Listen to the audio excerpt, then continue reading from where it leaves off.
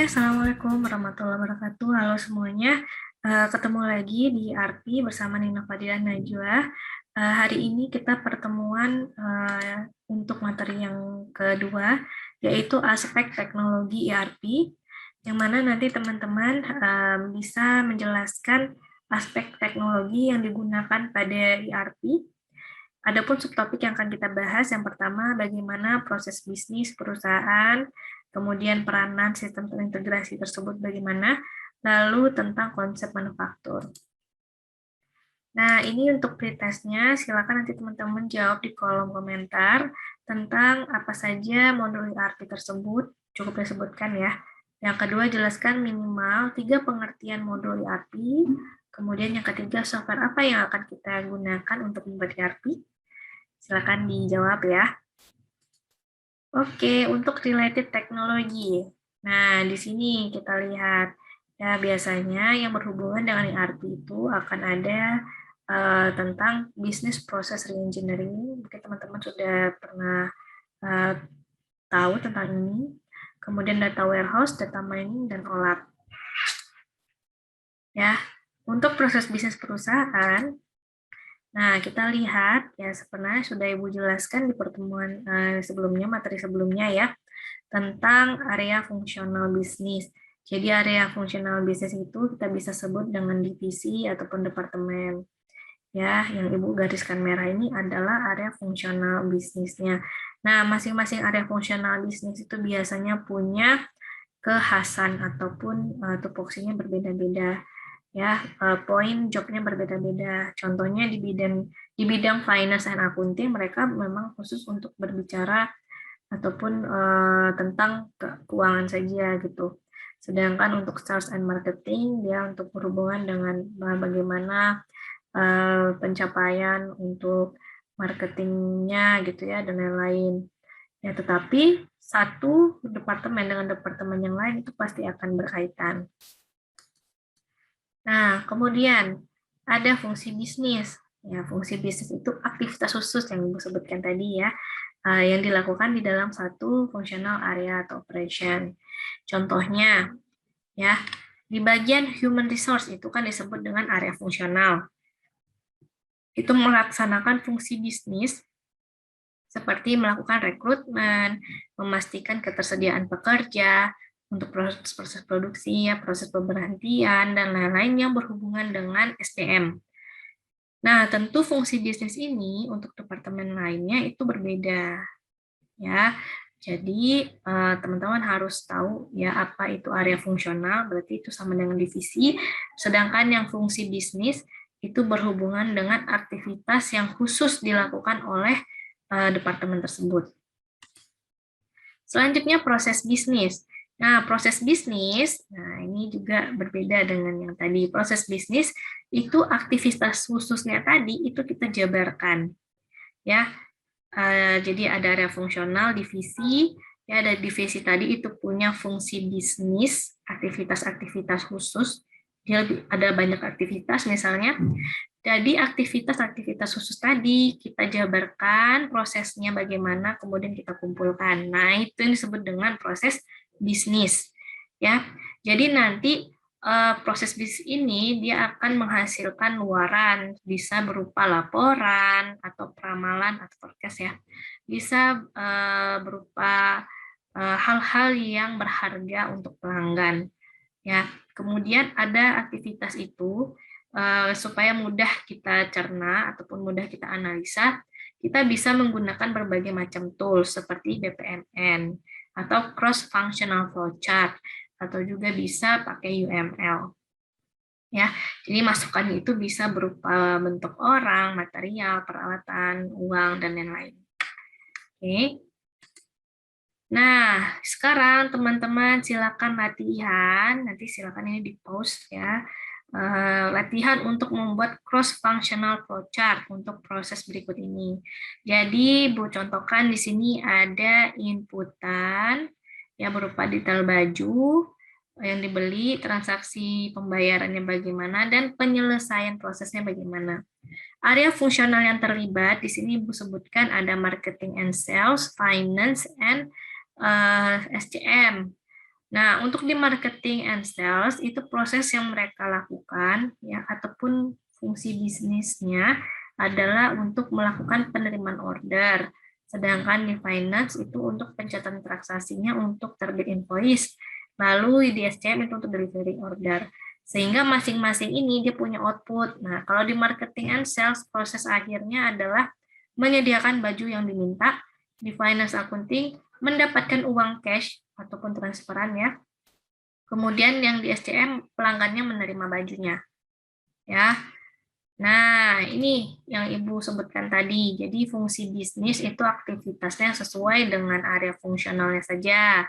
Ya, sedangkan proses bisnis aktivitas yang dikerjakan alurnya itu bagaimana? Oke.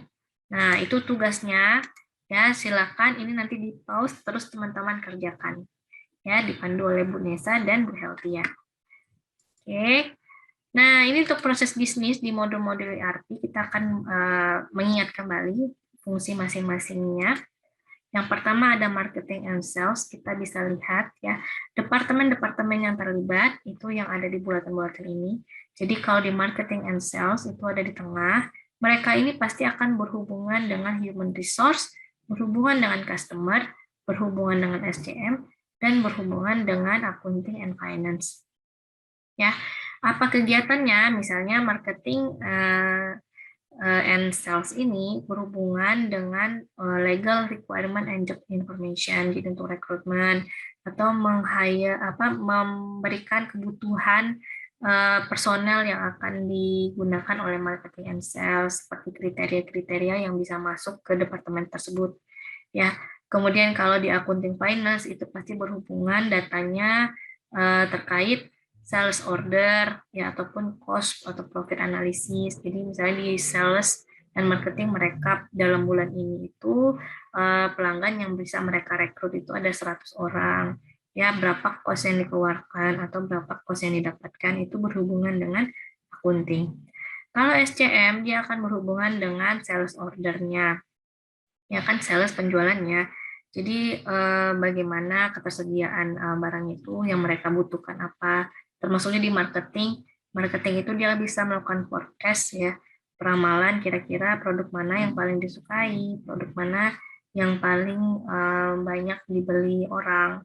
Nah, sehingga itu bisa dikelola dengan baik oleh SCM, data-data yang ada di marketing and sales untuk produk availability-nya atau order statusnya. Sedangkan hubungan marketing and sales dengan customer itu berhubungan dengan bagaimana status orderannya, bagaimana sales ordernya. Ya, jadi hubungan proses-prosesnya seperti itu. SCM juga begitu ya, tadi Ibu sudah jelaskan. Jadi SCM ini juga nanti akan berpengaruh dengan divisi-divisi lainnya. Ya, tadi sudah dijelaskan. Nah, accounting and finance ini juga berpengaruh besar banyak ya karena dia adalah keuangan yang merupakan roda untuk bisa berjalan perusahaannya. Jadi di sini accounting and finance kalau berhubungan dengan customer dia akan berhubungan dari segi data payment-nya, kemudian penerbitan invoice-nya. Ya, sedangkan kalau yang untuk human resource ya seperti pegawai mana yang bisa masuk ke departemen tersebut. Ya, terus berapa penggajiannya itu akan dikomunikasikan. Oke. Kemudian untuk marketing and sales itu juga berhubungan dengan bagaimana rekapan nilai keuangannya ya dari segi marketing, kemudian cost and profit analysisnya seperti apa itu akan berkomunikasi. Oke, kemudian selanjutnya SCM. Nah, SCM ini berhubungan dengan accounting and finance itu bagaimana untuk memproduksi cost analisisnya, sales datanya, ya perencanaan produksi itu misalnya pembelian rincian pembelian bahan-bahan baku, material, kemudian data-data yang ada di inventorinya. Kemudian HRD, ya HRD ini fungsinya ya berupa penyediaan ataupun pemenuhan kebutuhan-kebutuhan sumber daya manusia di setiap divisi. Kemudian juga dari segi kesejahteraan pegawainya, ya, kemudian juga tentang bagaimana mekanisme cuti dan lain-lain. Ya, itu bisa berhubungan dengan SCM, seluruh divisi sih sebenarnya ya. Oke, nah di sini kita lihat ya proses yang ada. Kita lihat di sini. Kalau yang segi operation, yaitu ada procurement, nah itu akan ada barang yang diterima, kemudian barang tersebut akan disimpan di manajemen inventory, ya kemudian dari barang yang terima tadi akan diterima juga invoice dari supplier, lalu itu ada order to cash, ya sampai barangnya itu bisa terjual, kemudian dikirimkan barangnya, diterbitkan invoice-nya untuk si customer, ya sampai ke cash manajemennya, sampai ke pelaporan general ledger ke buku besar untuk financial statement. Nah, sehingga tadi konsep-konsep tadi kita butuh integrasi dan konsep dari manufaktur juga. Ya, kita lihat di sini kalau sebelumnya ya sistem ERP, sistem yang tidak ERP ataupun yang tidak terintegrasi itu masing-masing departemen itu punya sistemnya masing-masing. Jadi dari customer order itu punya sistemnya sendiri berhubungan sama customer langsung. Kemudian dari order payment itu gimana, apa udah dibayar apa belum. Kadang barang yang terkirim itu ternyata belum lunas pembayarannya gitu ya. Ada miskom di sini. Kemudian finance juga, mana duitnya? Katanya barangnya udah terkirim ataupun barangnya sudah sampai ke pelanggan, duitnya mana? Nah, nggak bisa yang disalahkan, siapa yang salah gitu ya. Kemudian yang production planning bingung. Jadi ini gimana nih barangnya? Ya, diproduksi atau enggak nih barangnya? Ya, termasuk dengan komunikasi dengan inventory gitu loh. Ya, inventorinya nanti bingung. Ya, barang mana yang perlu dibuat lagi atau dipesan kembali atau barang mana yang perlu dijual lebih banyak gitu ya ataupun yang perlu diinovasi seperti itu.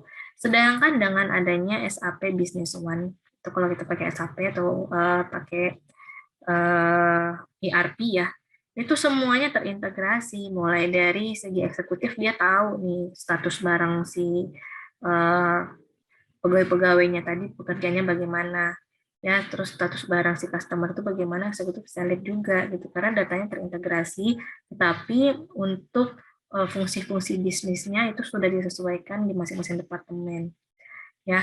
Nah, untuk planningnya juga tahu, finance-nya udah tahu barangnya sudah komplit atau enggak, production juga tahu apa yang mereka harus buat, sales juga tahu ke customer mana yang akan menjadi potensi besar untuk menerima produknya, purchasing-nya juga tahu gitu. Jadi semuanya terintegrasi.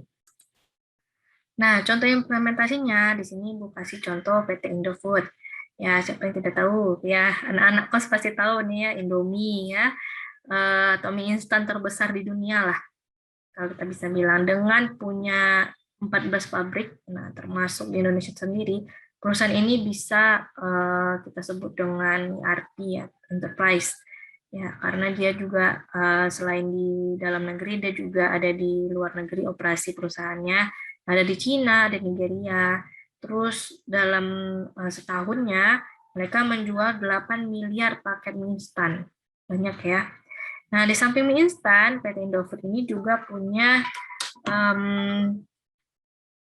makanan-makanan yang lain, produk-produk yang lain seperti kecap, ya, snack, bumbu penyedap, makanan bayi, ataupun soft drink. Jadi cakupan bisnisnya ada banyak, kemudian varian produknya ada banyak, sehingga perlu adanya ERP untuk mendukung kesuksesan perusahaannya. Jadi, sebagai contoh, setiap divisi itu harus menyesuaikan production plans mereka sehingga ketersediaan segala jenis bumbu untuk kebutuhan segala varian mie instan itu bisa dipenuhi. Karena mie instannya nggak satu aja rasanya, ada banyak, ya kan? Nah, terus sedangkan pada waktu yang sama, kondisi inventory di gudang itu harus bisa tetap terjaga, jadi nggak boleh ada yang salah forecast gitu, salah peramalan. Misalnya bumbu Indomie kari ayamnya itu kurang gitu, nggak boleh begitu, atau nggak boleh terlalu berlebihan juga karena kita ada sisi cost benefitnya juga ya. Sehingga perlu adanya SAP ataupun perlu adanya ERP system package ya untuk implementer ERP-nya sehingga kondisi-kondisi yang tadi itu bisa terminimalisir ya, resiko-resiko yang tadi. Nah, ini contohnya. Ya, jadi ada proses produksi misalnya untuk instant noodle, ya apa saja produksi untuk cara bikin mie instannya, kemudian UHT-nya, raw materialnya, kemudian ada proses-prosesnya untuk bikin UHT ya, bikin potato chips-nya dan lain-lain. Ada banyak. Kemudian di sini kita lihat ya ada bisnis proses di PT XXX. Ya, jadi kalau teman-teman membuat proses bisnis yang bentuknya ERP, itu bentuknya tuh hampir seperti ini ya. Karena teman-teman memetakannya itu bukan lagi per divisi. Ini teman-teman pernah lihat perusahaan-perusahaan yang sederhana saja, itu cuma terdiri beberapa bagian aja ya. Tetapi kalau ERP itu sudah banyak mencakup beberapa divisi, divisi tadi juga punya beberapa aktivitas, punya divisi-divisi lain di bawahnya, sehingga bentuknya bisa kita buat seperti ini proses bisnisnya. Oke, nanti silakan di pause dan akan Ibu jelaskan secara rinci lagi nanti di kelas ya. Oke, kemudian sistem wide concept. Nah, sistem wide concept itu master data yang dibuat terpusat dan tersedia untuk seluruh aplikasi dan seluruh pengguna yang terauthorize. Ya, jadi master data itu tempat perkumpulan data, kita bisa pakai data tersebut, kita bisa gunakan, kita bisa input juga, ya, kita bisa store ya maksudnya. Tetapi bisa digunakan jika dan hanya jika pengguna tersebut terauthorize. Ya, jadi data-data yang ada di master data itu data yang konsisten, up to date, dan free redundancy. Itu manfaat yang kita ingin dapatkan dari penerapan ERP. Jadi sistem wide master data concept itu berhubungan dengan bagaimana data customer yang tersimpan secara terintegrasi, material master, personal master, ya sampai ke akun receivable, ya akun receivable untuk piutang dan lain-lainnya, ada akun payable, ada banyak ya macam-macam untuk penyimpanan data master tersebut. Nah, ini untuk latihan, nanti teman-teman akan dipandu juga oleh Bu Heltia dan Bu Nesa. Kita sudah menyediakan satu annual report, setiap kelompok itu nanti terdiri dari 3 orang ya, 3 orang atau 2 orang. Nah, itu nanti silakan teman-teman deskripsikan bisnis apa yang dijalankan oleh perusahaan tersebut, kemudian buat tabel ataupun list proses bisnisnya, apa saja yang dilakukan perusahaan tersebut, kemudian buatlah blok diagram atau cross-functional flowchart yang menggambarkan proses bisnis dari perusahaan tersebut. Ya, buatlah diagram yang semenarik mungkin, jadi tidak terbatas kayak yang kaku-kaku banget, itu terserah. Ya, dan Ibu akan review lagi nanti di pertemuan selanjutnya. Ibu akan lihat apakah area fungsional bisnisnya sudah benar, ya, aktivitas fungsional bisnisnya sudah benar, proses bisnisnya sudah benar atau belum, gitu ya. Jadi itu poin yang perlu teman-teman catat, ya. Oke, mungkin hari ini untuk teorinya itu saja. Kita lanjutkan ke modul yang ada di Odoo. Silakan diinstalasi dan dinavigasi dan akan dipandu oleh Bu Nesa dan Bu Heltia. Oke, terima kasih sebelumnya. Sampai jumpa lagi di next teori ERP. Assalamualaikum warahmatullahi wabarakatuh.